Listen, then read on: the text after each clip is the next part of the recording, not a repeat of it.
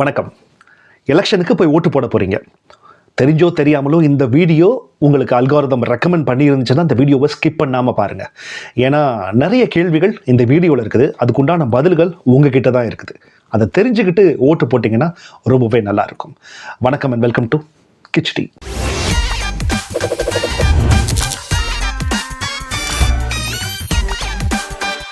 கடந்த ஒரு மாதமாக 1.5 மாதமாக எலெக்ஷனில் எல்லா கேண்டிடேட்ஸும் பிரச்சாரம் பண்ணுறதை பார்த்துருப்பீங்க. நியூஸ் சேனலில் தொடர்ச்சியாக பார்த்துருப்பீங்க. நான் உங்களுக்கு அது பண்ணுறேன் இது பண்ணுறேன் அப்படின்னு எல்லாருமே வானத்தை வில்லா வளைக்கிற, மேகத்தை வளைச்சு தர்ற, அவங்க வீட்டு வாசல்லே பெட்டை போடுறேன்ற ரேஞ்சுக்கு எல்லாருமே பேசியிருப்பாங்க. ஆனால் இந்த வேட்பாளர்கள்லாம் பிரச்சாரம் பண்ணுறப்போ சமீபத்தில் தொடர்ச்சியாக நம்ம நியூஸ் சேனலில் ஒரு விஷயத்தை நீங்கள் கவனிச்சுருப்பீங்க. கிராமத்தில் சின்ன சின்ன ஊரில் டவுனில் எல்லாருமே மக்கள்லாம் எங்களுக்கு நீ லைட்டு போடலை, ரோடு வசதி செய்யலை, சாக்கடை இல்லை, தண்ணீர் வசதி இல்லை, எங்கள் குளத்தில் தண்ணியே இல்லை, ரொம்ப கேவலமாக இருக்குது, ரோடே இல்லை, சுத்தமே இல்லை அப்படின்னு இவங்க திருப்பி போய் அங்கே ஒன்றுமாக அமைச்சர்கள் வர்றப்போ, எம்எல்ஏஸ்லாம் வர்றப்போ தொடர்ச்சியாக கேட்டிருப்பாங்க. அவங்களும் கடுப்பாகி நீ ஓட்டு போடலடா போட்டாடி போ அப்படின்னு போயிருப்பாங்க. இது இந்த வருஷ பிரச்சாரத்தில் நிறையவே நம்ம நியூஸ் சேனலில் பார்த்துருப்போம். இப்போ இங்கே தான் முக்கியமான ஒரு விஷயம். இப்போ நான் சொன்னது எல்லாமே அடிப்படை வசதிகள். ரோடு, லைட்டு, தண்ணீர், குளம், சுத்தம், சுகாதாரம், இது எல்லாமே மக்களோட மிக மிக மிக அடிப்படையான வசதிகள், அடிப்படையான தேவைகள், பேசிக் நெசசிட்டி நீட்ஸ். ஒரு அரசாங்கம் செஞ்சு தர வேண்டிய ரொம்ப ரொம்ப பேசிக் கட்டமைப்புகள், பேசிக் இன்ஃப்ராஸ்ட்ரக்சர், பேசிக் தேவைகள். இதை தான் கடந்த 50 வருஷமாக 60 வருஷமாக ரூல் பண்ண இந்த ரெண்டு கட்சிகள், ஆளும் கட்சிகளாக இருந்தாலும் சரி, இல்லை அதுக்கு முன்னாடி ஆண்ட கட்சியாக இருந்தாலும் சரி, இவங்க இதை சரியாக பண்ணலை அப்படின்றதுனால தானே இந்த பிரச்சனைகள், இந்த அடிப்படை பிரச்சனைகள் இன்னும் இந்த மக்களுக்கு போய் சேரலை அப்படின்னு நமக்கு தெரிய வருது. இவங்க போய் கேட்குறப்போ இதோ நீ இப்போ ஓட்டு போடு நான் உனக்கு செஞ்சிடறேன் அப்படின்னு வர்ற எம்எல்ஏவோ அமைச்சரோ தைரியமாக அவங்க கிட்ட பேசுகிறாரு. ஆனால் இதுக்கு முன்னாடி நீயே தானே 5 வருஷம் ரூல் பண்ண, இதுக்கு முன்னாடி நீ தானே எம்எல்ஏவா 10 வருஷம் இருந்த, இதுக்கு முன்னாடி நீ தானே 15 வருஷம் எம்எல்ஏவா இருந்த, 6 வாட்டி உன்னை நான் தானே எம்எல்ஏவா ஜெயிக்க வச்சிருக்கேன், அப்பெல்லாம் பண்ணாது இந்த வாட்டி ஜெயிச்சா மட்டும் நீ எப்படி பண்ணிடுவ அப்படின்னு மக்கள் கேள்வி கேட்கணும். ஓட்டு போடுறதுக்கு முன்னாடி இந்த விஷயம், இந்த அடிப்படையான வசதிகளை உங்கள் எம்எல்ஏ உங்களுக்கு நிறைவேற்றி தரல, நீங்கள் தேர்ந்தெடுத்த அந்த கட்சி நிறைவேற்றி தரல அப்படின்னா திருப்பி அவங்களுக்கு எதுக்காக நீங்கள் வாய்ப்பு கொடுக்குறீங்க? புதுசாக வர்றவங்களுக்கு ஒரு வாய்ப்பு கொடுக்கலாமே அப்படின்னு யோசிச்சு பாருங்கள். சரி, கிராமம் டவுனில் தான் இப்படி இருக்குது அப்படின்னு கேட்டிங்கன்னா மெட்ராஸு, கோயம்புத்தூர், திருச்சி, மதுரை, சேலம் இந்த இடத்துலலாம் நல்லா இருக்கேப்பா, நம்ம எல்லாம் டிவியில் பார்க்குறோமே அப்படின்னு நம்ம எல்லாருக்குமே தோணும். எஸ், நல்லா தான் இருக்குது. கார்பரேஷனான பெரிய சிட்டியான முக்கியமான அரசியல் தலைவர்கள் இருக்கிற அவங்க தொகுதி, ஆல்ரெடி டெவலப் ஆன சிட்டிஸ் எல்லாமே நல்லா தான் இருக்குது. பட் அதையும் தாண்டி மழை காலத்தில் இந்த ஊரில் எல்லாம் மழை பெஞ்சிச்சுன்னா 4 நாள் 5 நாள் தண்ணி தேங்கி கொசு சுத்தம் இல்லாமல், சுகாதாரம் இல்லாமல், முழங்கால் அளவுக்கும் தண்ணி நின்றுக்கிட்டு அதில் எல்லாருமே தத்தளித்து போயிட்டுருக்கிறத நம்ம ஏதோ இந்த வருஷமாக மட்டும் பார்க்குறோம். கடந்த 10-15 வருஷமாக தொடர்ச்சியாக பார்த்துக்கிட்டே தானே இருக்கோம். தொடர்ச்சியாக பார்த்து எந்தவித சொல்யூஷனுமே இல்லாமல் தானே இத்தனை பேருக்கும் நம்ம திருப்பி ஓட்டு போட்டுக்கிட்டே இருக்கோம். இவங்க ஓட்டு போட்டு திருப்பி ஒவ்வொரு வாட்டியும் இந்த இடத்துக்கு நான் 4000 கோடி ஒதுக்கீடு பண்ணியிருக்கேன், சென்னையில் இருக்கிற இந்த மழைநீர் வடிகால் திட்டத்துக்கு 5000 கோடி இந்த பட்ஜெட்டில் ஒதுக்கீடு பண்ணியிருக்கோம், இதில் 2000 கோடி ஒதுக்கீடு பண்ணியிருக்கோம் அப்படின்னு எத்தனை வாட்டி இவங்க திருப்பி சொல்லி இதோ முடிஞ்சிருச்சு 87% முடிஞ்சிருச்சு, 90% முடிஞ்சிருச்சு அப்படின்னு திருப்பி சொல்லி இது எதுவுமே இப்போ வரைக்கும் முழுசாக முடிவடையலை அப்படின்னா, இத்தனை வாட்டியும் வாய்ப்பு கொடுத்து நீங்கள் பண்ணலை அப்படின்னா நான் ஏன் இவங்களுக்கு ஓட்டு போடணும் அப்படின்றத விஷயத்தையும் நீங்கள் ஓட்டு போகிறதுக்கு முன்னாடி ஞாபகத்தில் வச்சுக்கலாம் அப்படின்றது என்னுடைய தாழ்மையான ரெக்கமெண்டேஷன். அடுத்த அடிப்படை விஷயம் கல்வி. எஸ், டெஃபினட்டாக மற்ற ஊரை கம்பேர் பண்ணுறப்போ தமிழ்நாடு கல்வியில் எங்கேயோ தான் இருக்குது. அதில் மாற்று கருத்தே இல்லை. அதுக்காக இது வரைக்கும் ரூல் பண்ணவங்களை நிச்சயமாக நம்ம பாராட்டவே ஆகணும். அதில் எந்த டவுட்டுமே கிடையாது. பட் அதே சமயத்தில் நம்ம ஊரில் இருக்கிற கவர்மெண்ட் ஸ்கூல் ஏன் நம்ம பெற்றோர்களுக்கு டக்குன்னு ஒரு கவர்மெண்ட் ஸ்கூலில் போய் ஏன் சேர்க்க முடியல? ஏன்னா அதில் தரம் இருக்காது, அங்கே சுத்தம் இருக்காது, அங்கே படிக்கிற பசங்க எப்படி இருப்பாங்க, அங்கே சரியாக சொல்லிக் கொடுக்க மாட்டாங்க, என் பிள்ளை இங்கிலீஷ் பேசாது அப்படின்ற இந்த விஷயம் எல்லாம் ஒரு சராசரியான ஆவரேஜான பெற்றோர் எல்லாருக்குமே மைண்டில் வருது. அதையும் மீறி இவங்க எல்லாரும் கஷ்டப்பட்டாவது கடனை உடனே வாங்கியாவது ப்ரைவேட் ஸ்கூலில் போய் சேர்த்துடணும் அப்படின்ற ஒரு மைண்ட் செட் நம்ம ஊரில் நிறையா வந்துருச்சு. அதையும் மீறி கவர்மெண்ட்டு மாடல் ஸ்கூல் அப்படின்னு ஒரு சில ஏரியாக்களில் ஓப்பன் பண்ணுறாங்க. ஸ்மார்ட் போர்டு அது இதுலாம் வச்சுருக்கிறாங்க, நல்லா இருக்குது, அந்த ஸ்கூலில் நல்லா இருக்குது. எஸ், அதையும் நாங்கள் மறுக்கிறதுக்கே இல்லை.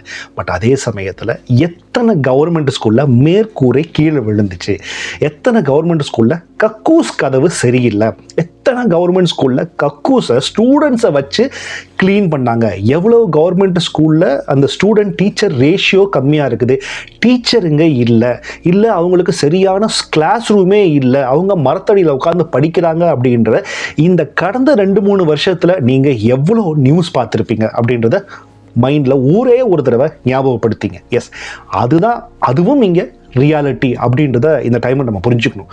100 கவர்மெண்ட் ஸ்கூல் இருக்குன்னா அதில் 50 ஸ்கூல் கிராமத்தில் சின்ன டவுனில் பல இடங்களில் இன்னும் மோசமான நிலைமையில தான் இருக்குது. அதுவும் எப்போ 2026 இது வரைக்கும் ஆண்ட கட்சிகள் நாங்கள் ஒவ்வொரு பட்ஜெட்லேயும் ஸ்கூலை பழக்கிறதுக்கு, ஸ்கூலை பெருக்கிறதுக்கு நாங்கள் பல லட்சம் கோடி செலவு பண்ணியிருக்கோம் அப்படின்னு பட்ஜெட்டில் ஒதுக்கி ஒவ்வொன்றும் பண்ணியிருப்பாங்க. பட் ரியலாக ஒரு ஸ்கூலில் பேசிக்கான விஷயம், ரொம்ப அடிப்படை விஷயம், கக்கூஸ் கதவு, அந்த கக்கூஸ் சுத்தமாக இருக்கா, அந்த பாத்ரூம் நீட்டாக இருக்கா, அங்கே படிக்கிற ஆண் ஸ்டூடெண்ட்ஸ் பெண் ஸ்டூடெண்ட் தைரியமாக போக முடியுமா, அங்கே வீக்கெண்டில் லீவ் நாளில் ஊரில் இருக்கிற காலி பயல்களாக வந்து அங்கே சரக்கு போட்டு படுத்து தூங்குறாங்களா, இந்த மாதிரியான அந்த ஸ்கூலில் படிக்கிற பிள்ளைங்களுக்கு செக்யூரிட்டி இருக்கா, இதெல்லாம் தான் ரொம்ப ரொம்ப பேசிக்கான விஷயம். அவன் படிக்கிறான், அந்த ஸ்கூல் நல்லா இருக்குது, அடுத்த கட்டம் அதுக்கு முன்னாடி இதெல்லாம் அந்த இன்ஃப்ராஸ்ட்ரக்சர் சரியாக இருக்கா, என் பிள்ளைய இந்த ஸ்கூலுக்கு நம்பி அனுப்பலாமா அப்படின்ற அந்த ட்ரஸ்ட் இருக்குது பார்த்தீங்களா, அது பேரண்ட்ஸ்க்கு வரணும். அது இந்த கவர்மெண்ட் ஸ்கூல்ஸ் எல்லாமே 100% கொடுத்துருக்கா அப்படின்றதையும் நீங்கள் ஓட்டு போடுறதுக்கு முன்னாடி யோசிச்சு பாருங்கள்.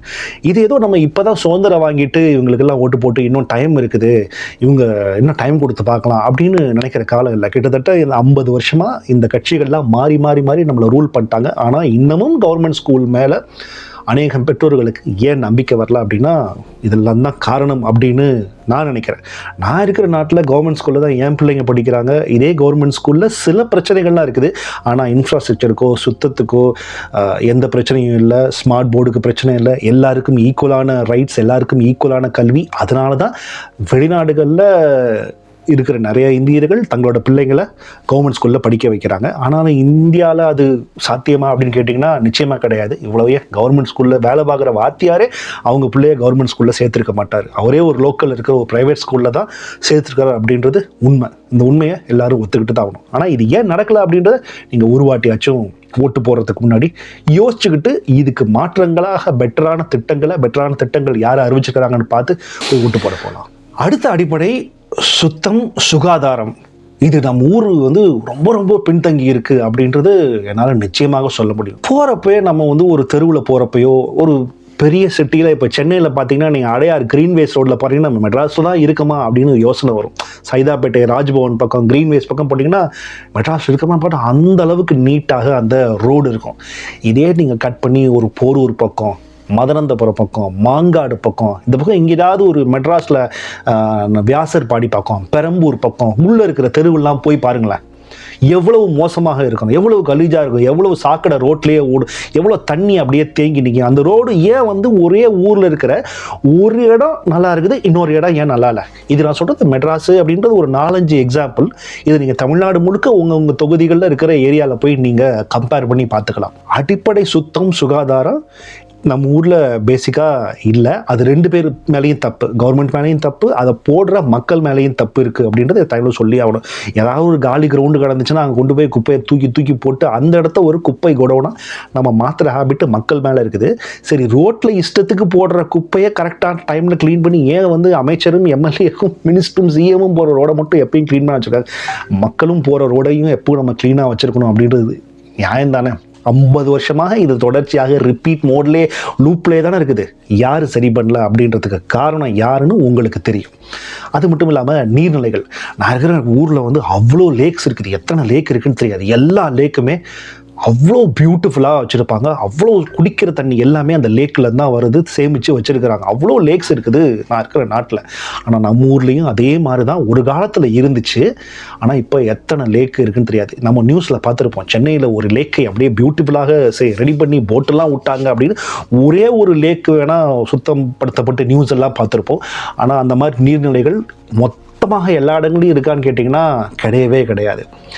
அந்த எம்எல்ஏ என்னைக்காவது ஜெயிச்ச பிறகு அதுக்கு ஒரு மதிப்பீடு போட்டு அந்த இடத்துல அண்ணா மறுமலர்ச்சி திட்டம், எம்ஜிஆர் மறுமலர்ச்சி திட்டம், கலைஞர் மறுமலர்ச்சி திட்டம், ஜெயலலிதா மறுமலர்ச்சி திட்டம், என்னத்தையாவது ஒரு போர்டை வச்சு அங்கே இருக்கிற அந்த ஒரு லேக்கை சுத்தம் பண்ணுற மாதிரி ஒரு சுத்தம் பண்ணிவிட்டு அங்கே ஏதோ ஒரு பிரிட்ஜை கட்டி அங்கே ஒரு கல்லை வச்சு அதில் ஒரு மதிப்பீடு 50 லட்சம் அப்படின்னு மட்டும் இருக்கும்.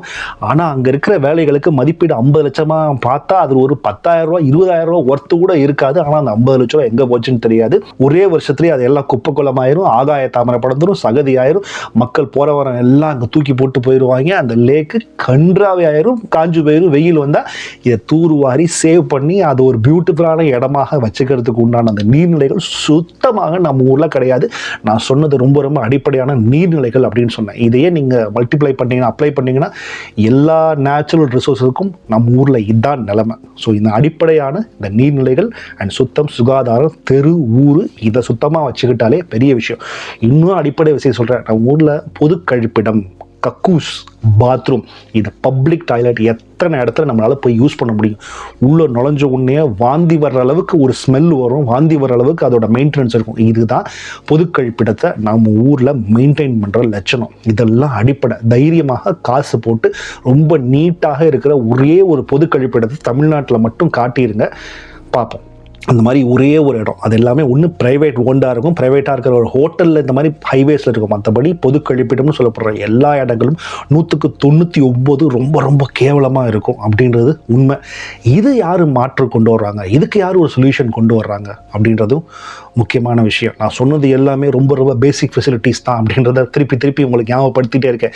நான் ஏதோ ஏஐ பக்கம் போல் இன்ஃப்ராஸ்ட்ரக்சர், பெரிய பெரிய கட்டிடங்கள், டெவலப்மெண்ட்டு, டெக்னாலஜி அதுக்குள்ளேயே போல் இந்த அடிப்படை வசதிகளே நம்ம ஊரில் இன்னும் சரிபடப்படாமல் இருக்குது அப்படின்றத மறுபடியும் உங்களுக்கு ஞாபகப்படுத்துகிறேன். அடுத்து பார்க்க போகிற அடிப்படை வசதி டிரான்ஸ்போர்ட். நம்ம ஊரில் தான் டிரான்ஸ்போர்ட் சூப்பராக இருக்குது, என்ன மாதிரி பஸ் விட்ருக்காங்க அப்படின்னு தாராளமாக சொல்லலாம். எஸ், மெட்ராஸில் இருக்குது, திருச்சியில் இருக்குது, கோயம்புத்தூர் இருக்குது அப்படின்னு சொல்லலாம். ஆனால் கிராமத்தில் போய் அதே மாதிரி இருக்கான்னு கேட்டிங்கன்னா கிடையாது. கடந்த நியூஸில் எத்தனை பஸ்ஸு டயர் தனியாக ஓடுது, படி தனியாக தொங்கி விழுகுது, மழை ஊற்றுது, உள்ள திடீர்னு போகிறப்ப ஹேண்டில் பார் கீழே உடஞ்சி விழுகுதுன்ற நியூஸ் மட்டும் எத்தனை பார்த்துருப்போம், எத்தனை பஸ்ஸு டாப்பில் ஆகிற நியூஸ் பார்த்துருப்போம். இது எல்லாத்துக்கும் மேலே இன்னும் பஸ்ஸு சில இடங்களுக்கே போய் சேரல. இன்னும் மலை கிராமங்களுக்கெல்லாம் பஸ் இல்லை. அங்கே இருக்கிற ப்ரெக்னென்ட் லேடிஸு, வயசானவங்கெல்லாம் உடம்பு சரியில்லை அப்படின்னா அவங்களெல்லாம் தூக்கிட்டு தான் வர்ற அளவுக்கு தான் நம்ம எத்தனை நியூஸு கடந்த 5 வருஷத்தில் பார்த்துருப்பீங்க. இதுவும் 50 வருஷம் கழிச்சும் இந்த பேசிக் ஃபெசிலிட்டிஸும் நிறைவேற்றாமல் தான் இத்தனை அரசாங்கங்கள் நம்மளை மாற்றி ரூல் பண்ணியிருக்கிறாங்க அப்படின்றத ஞாபகம் வச்சுங்க. இவ்வளோ ஏன் இந்த எலெக்ஷனுக்கு ஓட்டு போடுறதுக்கே ஓட்டு மிஷினையே இப்போ வரைக்குமே கழுதையிலையும் குதிரையிலையும் தான் சில ஏரியாக்களுக்கு கொண்டு போகிறாங்க.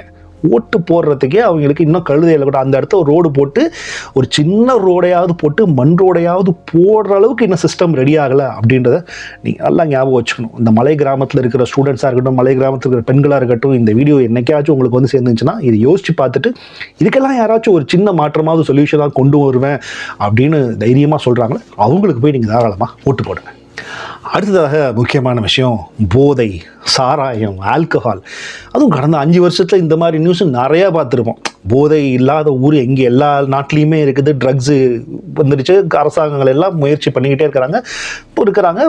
ஒரு வருஷத்துக்கு இந்த மாதிரியான ஒரு 2-3 நியூஸு 4 நியூஸு எல்லா இடத்துலையும் நான் இருக்கிற ஊர்லேயும் இந்த மாதிரி சம்பவங்கள் நடந்துட்டு இருக்குது. ஆனால் நம்ம ஊரில் பார்த்தீங்கன்னா மாதத்துக்கு இந்த மாதிரி ஒரு 4 நியூஸு கடந்த 2-3 வருஷத்தில் அவ்வளோ பார்த்துருப்போம். ஏன்னா இன்றைக்கி ஸ்கூல் வரைக்கும் ட்ரக் யூசேஜ் அப்படின்றது அவ்வளோ பரவேச்சு. சோஷியல் மீடியாவில் எவ்வளவோ வீடியோஸ் நம்ம பார்த்துட்டோம். திருத்தணியில் எனக்கு டாப் ஆஃப் த மைண்ட் இருக்கிற விஷயங்கள், திருத்தணியில் போதையை போட்டுட்டு ஒரு வடக்கு தொழிலாளரை வெட்டினது, விளாத்திக்குளத்தில் போதையை போட்டுட்டு ஒரு பெண்ணை ரேப் பண்ணி கொன்னது, தர்மபுரியில் ஒரு 3 வயசு குழந்தை, இப்படின்னு எனக்கு டாப் ஆஃப் த மைண்ட் இருக்கிறத மட்டும்தான் உங்களுக்கு நான் ஞாபகப்படுத்துகிறேன். உங்களுக்கு ஞாபகம் வேணும்னா கடந்த ஒரு 2 வருஷத்துக்கு நியூஸ் எடுத்து பார்த்தீங்கன்னா அத்தனை நியூஸ், அத்தனை ரேப், அத்தனை பாலியல், அத்தனை அபியூஸு, நம்ம ஊரில் அத்தனை அருவாள் வெட்டு, இது எல்லாமே போதையை போட்டுட்டு கஞ்சா அடிச்சுட்டு நடந்த சம்பவங்கள் அப்படின்றத மறக்காமல் ஞாபகத்தில் நீங்கள் வச்சுக்கோங்க. அடுத்ததாக கள்ளச்சாராயம். ஆல்கஹால் இருக்கிற இதே ஊரில் டாஸ்மார்க்கில் வருஷம் 50,000 கோடி அளவுக்கு கவர்மெண்ட் ஏர்ன் பண்ணிகிட்டு இருக்கு. அதே ஊரில் தான் கள்ளச்சாராயம் மூலமாக 80 பேர் செத்து போயிட்டாங்க ஒரு 2 வருஷத்துக்கு முன்னாடி. அப்படின்றது நம்ம ஞாபகத்தில் வச்சுக்கணும். இதெல்லாம் பேசிக் சிஸ்டமிக் ஃபெயிலியர் அப்படின்றத ஓட்டு போகிறதுக்கு முன்னாடி நீங்கள் தான் ஞாபகம் வச்சுக்கணும். திருப்பி இவங்க வர்றப்போ திருப்பி இதே தான் நடக்க போகுது. இந்த வாட்டி இருக்கிறப்போ ஒரு 4 வருஷம் கழித்து இது மாதிரி எவ்வளோ ஒருத்தர் சாகிறப்போ சச்சோ அப்படின்னு ஒரு வாரம் பேசிட்டு நம்ம எல்லாத்தையுமே மறந்து போயிடுவோம். இதுக்கு என்ன ஸ்ட்ரிக்டான ஆக்ஷன் எடுத்துருக்கிறாங்க, இதுக்கு என்ன சொல்யூஷன் வச்சுக்கிறாங்க, ஆக்ஷன் எடுக்கிறத தாண்டி இனிமேல் இது மாதிரி நம்ம நாட்டில் நடக்காமல் இருக்கிறதுக்கு உண்டான என்ன சொல்யூஷன் வச்சுருக்கிறாங்க அப்படின்றத பாருங்கள். அதுக்கு பிறகு நீங்கள் ஓட்டு போடுறப்போ என்ன பண்ணணும் அப்படின்றது உங்களுக்கே தெரியும். ஃபைனலி மீடியா நரேட்டிவ், இதை பற்றி டீட்டெயிலாகவே 2 வீடியோ போட்டுட்டேன். அதாவது ஒரு மீடியா நரேட்டிவ் அப்படின்னா ஒரு கட்சி இருக்குன்னா அதுக்கு சார்பாக 2 சேனல் இருக்கும். ஆனால் எதிர்த்து கேட்குறதுக்கு அட்லீஸ்ட் ஒரு 4 சேனலாவது இருக்கும். எதிர்த்து கேட்கணும்னு அவசியமே இல்லை. ரைட்டான கேள்விகளை கேட்குறதுக்கு தான் நியூஸ் சேனல். இது இப்படி தப்பாக இருக்குது, இது ஏன் இப்படி பண்ணுறீங்க அப்படின்னு ரைட்டான கேள்விகளை கேட்குறதுக்கு தான் மீடியா. அதுதான் 4th பில்லர் அப்படின்னு சொல்லுவாங்க. ஆனால் நம்ம ஊரை பொறுத்த வரைக்கும் அது இந்தியாவில் டெல்லியாக இருந்தாலும் சரி, தமிழ்நாடு இருந்தாலும் சரி, எல்லாமே ஒரே கதை தான். ஒரே இது சொல்லுவாங்க, பழைய குருடி கதவை தரடி அப்படின்னு ஒரு கிராமத்தில் ஒரு சொல்வடை இருக்குது. அதே விஷயம்தான். இவங்க திருப்பி ஒரே நரேட்டிவை இங்கே செட் பண்ணிக்கிட்டே தான் இங்கே இருக்கிற அத்தனை மீடியா சேனல்ஸும் செட் பண்ணிக்கிட்டே இருக்கிறாங்க. ஆனால் நியாயமாக யாருமே கேள்வி கேட்கறது இல்லை அப்படின்றதான் ஒரு சேட் ஸ்டேட் ஆஃப் அஃபேரில் தான் இன்றைக்கி இருக்கிறோம். ஏன்னா இந்த எடுத்த அத்தனை சர்வேலையும் பார்த்துருப்பீங்க. ஒன்று 4 டிஎம்கேக்கு சார்பாக, 4 ஏடிஎம்கேக்கு சார்பாக. திருப்பி அது எந்த ஜேர்னலிஸ்டாக இருந்தாலும் சரி, லிங்கராஜ் பாண்டேவாக இருந்தாலும் சரி, அது மணியாக இருந்தாலும் சரி, யாராக இருந்தாலும் சரி, எல்லாரும் சொல்கிற ஒரே ஒரு விஷயம் ஒன்று தான் சொல்லுவாங்க. எஸ், இவங்க ஆட்சி இப்படி தான் ரொம்ப மோசமாக தான் இருக்குது, இவங்க ஆட்சி இப்படி தான் மோசமாக தான் இருக்குது. ஆனாலும் புதுசாக வந்திருக்கிற டிவிகே, நாம் தமிழர் இவங்களோட பவருக்கு முன்னாடி ஜெயிக்க முடியாது அப்படின்னு அந்த நரேட்டிவை உங்கள் மைண்டில் செட் பண்ணுறாங்க பார்த்தீங்களா? அதுதான் நான் சொல்கிறேன். தெரிஞ்சோ தெரியாமலோ இவங்க நம்மளை வேணும்னே அவங்க தான் நியூட்ரல்ன்ற மாதிரி காமிச்சிக்கிட்டு மேனிப்புலேட் பண்ணிக்கிட்டே இருப்பாங்க. அவங்க என்னதான் இருந்தாலும் புது கட்சி, அவங்க டிஎம்கேவோட போட்டி போட முடியாது. என்னதான் இருந்தாலும் நாம் தமிழர் அவர் நல்லா படித்தவர் தான், நல்ல அருமையான திட்டங்கள்லாம் வச்சுருக்கிறாங்க. என்ன இருந்தாலும் அவங்க ஏடிஎம்கே முன்னாடி போட்டு போக முடியாது. டிவிகேல இவர் நல்ல திட்டங்கள் வச்சிருக்கிறாரு, இந்த நல்ல வேட்பாளர் தான், படித்த டாக்டர் வேட்பாளர். ஆனாலும் இவர் முன்னாடி அவர் ரொம்ப நாளாக இருக்கிறவர், அவங்க கட்சி ஜாதி ஓட்டு இருக்குது அப்படின்னு ஒரு நரேட்டிவை உங்கள் மைண்டில் அவங்க எவ்வளோ நேக்காக ஏற்றுவாங்க பார்த்தீங்களா? அது எல்லா ஜேர்னலிஸ்ட்டுக்கும் பொருந்தும் அப்படின்றது இந்த டைமில் நான் மறுபடியும் ஞாபகப்படுத்திக்கிறேன். ஸோ இதுதான் நான் சொல்லணும்னு நினச்சது. ஸோ நீங்கள் என்ன பண்ணுங்கள் அப்படின்னா, நான் சொன்ன இந்த கேள்விகளை உங்கள் மைண்டில் ஓட்டி பாருங்கள். இதுக்குண்டான பதில் யார்கிட்ட இருக்குது அப்படின்றத. ஏன்னா இந்த பேசிக் ஃபெசிலிட்டிஸையே இன்னும் இந்த கட்சிகள்லாம் நம்ம மக்களுக்கு நமக்கு செஞ்சு கொடுக்கல. இது எல்லாத்துக்கும் நம்ம போய் இன்னும் வெயிட் பண்ணிக்கிட்டு தான் இருக்கோம். லஞ்சம் கொடுத்துட்ருக்குறோம், காசு கொடுத்துட்ருக்குறோம். இது எப்போ வரும் அப்படின்னு நம்ம கேட்டுட்ருக்குறோம். அதே வேட்பாளர் ரொம்ப கூச்சமே இல்லாமல் ஓட்டு போட்டு செஞ்சு கொடுத்துட்றேன் அப்படின்னு திருப்பி அதே பொய்யே சொல்லிக்கிட்டு இருக்கிறாங்க. ஸோ இந்த வாட்டி அந்த சான்ஸு மறுபடியும் நமக்கு கிடச்சிருக்குது. அந்த சான்ஸ் இந்த வாட்டி ரொம்ப சரியான ஒரு மாற்றத்தை தேர்ந்தெடுங்க. உங்களுக்கு பிடிச்ச மாற்றத்தை தேர்ந்தெடுங்க. ஒரு ஹெல்த்தியான டெமோக்ரஸி நம்ம ஊரில் இருக்கட்டும் அப்படின்னு நான் நினைக்கிறேன். நன்றி, வணக்கம்.